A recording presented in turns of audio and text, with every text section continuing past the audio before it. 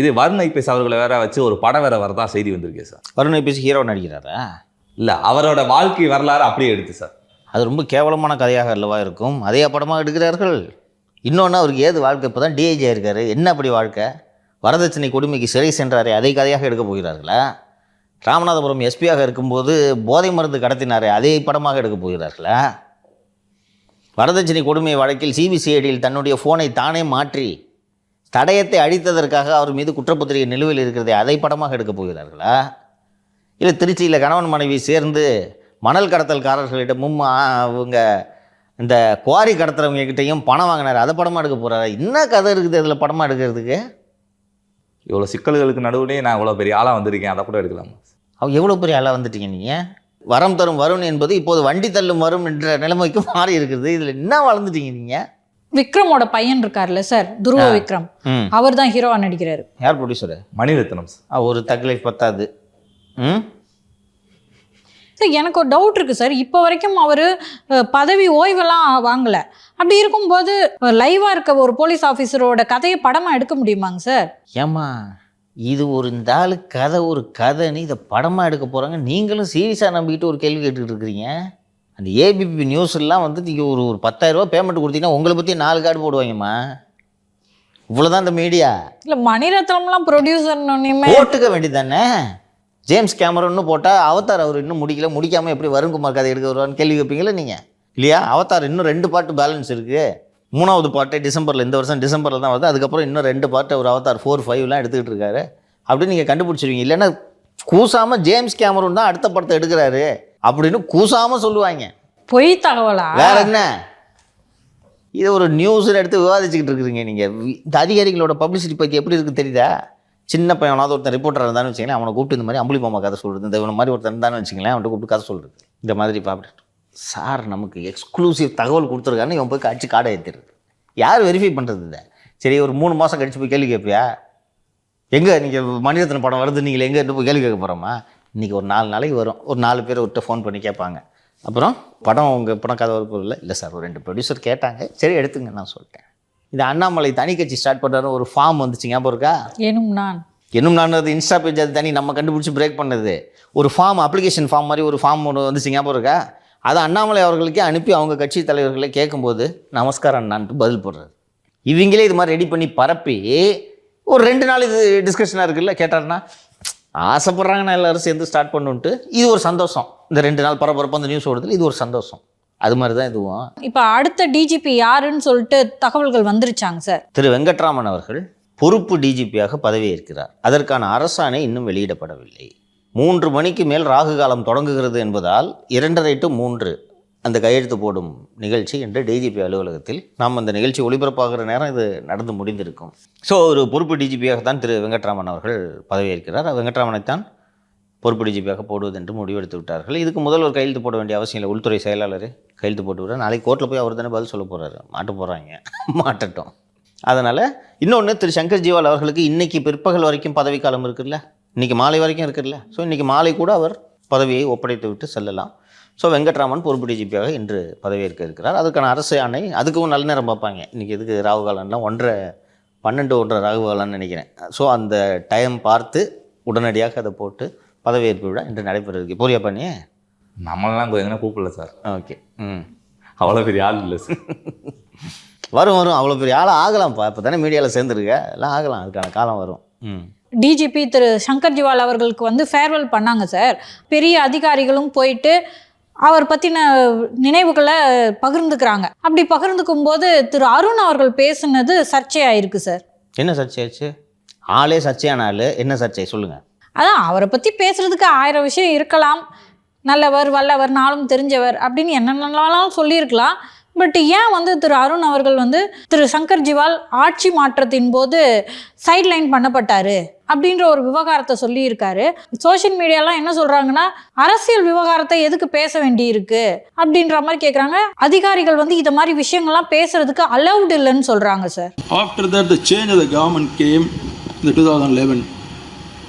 Jiwal sir was kept at distance, sent far away. He was in Erode as STF IG, then he promoted, he was ADGP, STF there. Almost the full 10 years he suffered the shunting.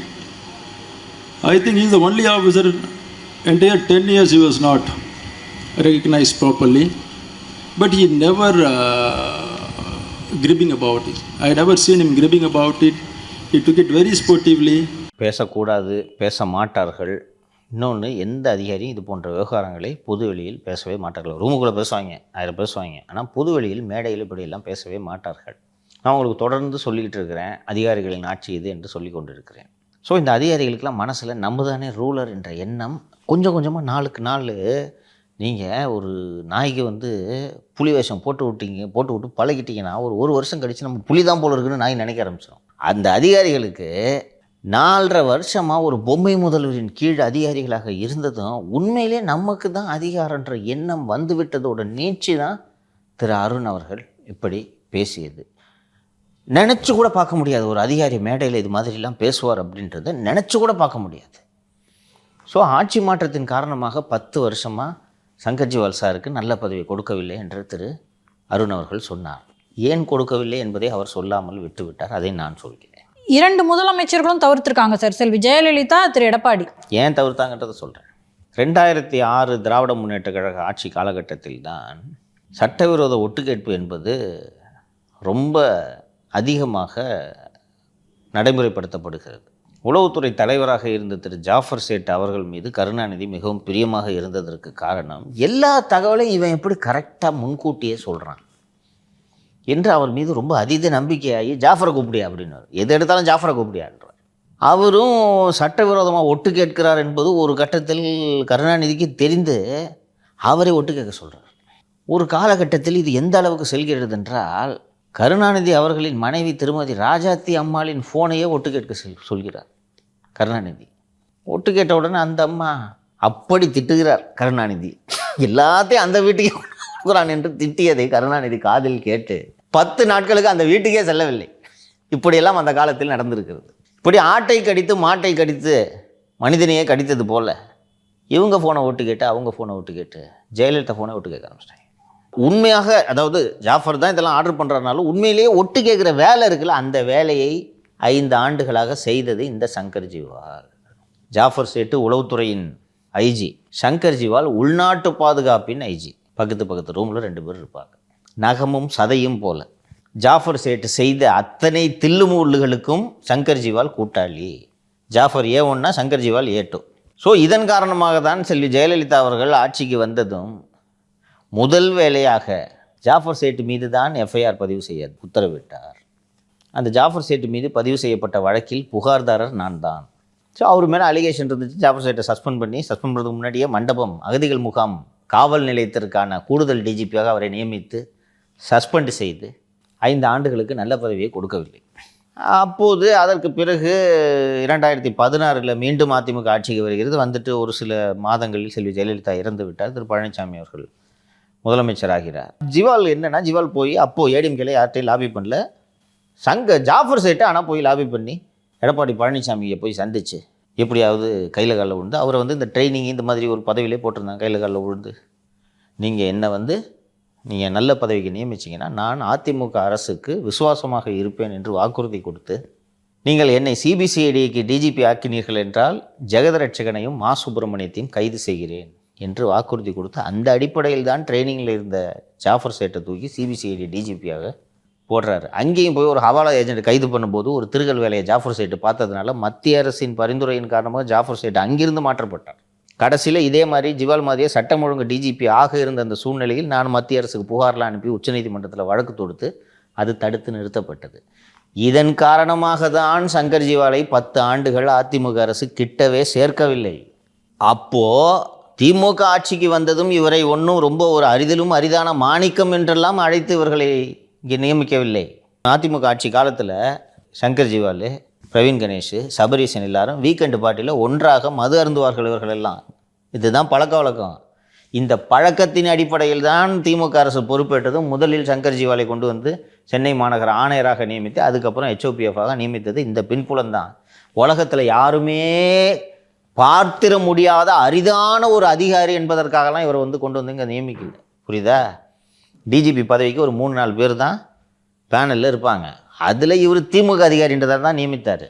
இதை ஒரு பெருமையான தகுதியாக மேடையில் பேசுகிறார் என்றால் அருணுக்கெல்லாம் எவ்வளவு ஆணவம் இருக்கும். இன்னொன்று, இந்த அதிகாரிகள்லாம் எவ்வளோ உறுதியாக நம்புகிறாங்க தெரியுதா? திருப்பி திமுக கட்சி வந்துடும்னு கட்சிக்காரங்க மாதிரி சிந்திக்க ஆரம்பிச்சிட்டாங்க. ஒரு பொய்யை அவங்களே நம்ப ஆரம்பிச்சிட்டாங்க. அதாவது பேப்பரில் கணக்கு போடுறது, திமுக கூட்டணி உறுதியாக இருக்குது.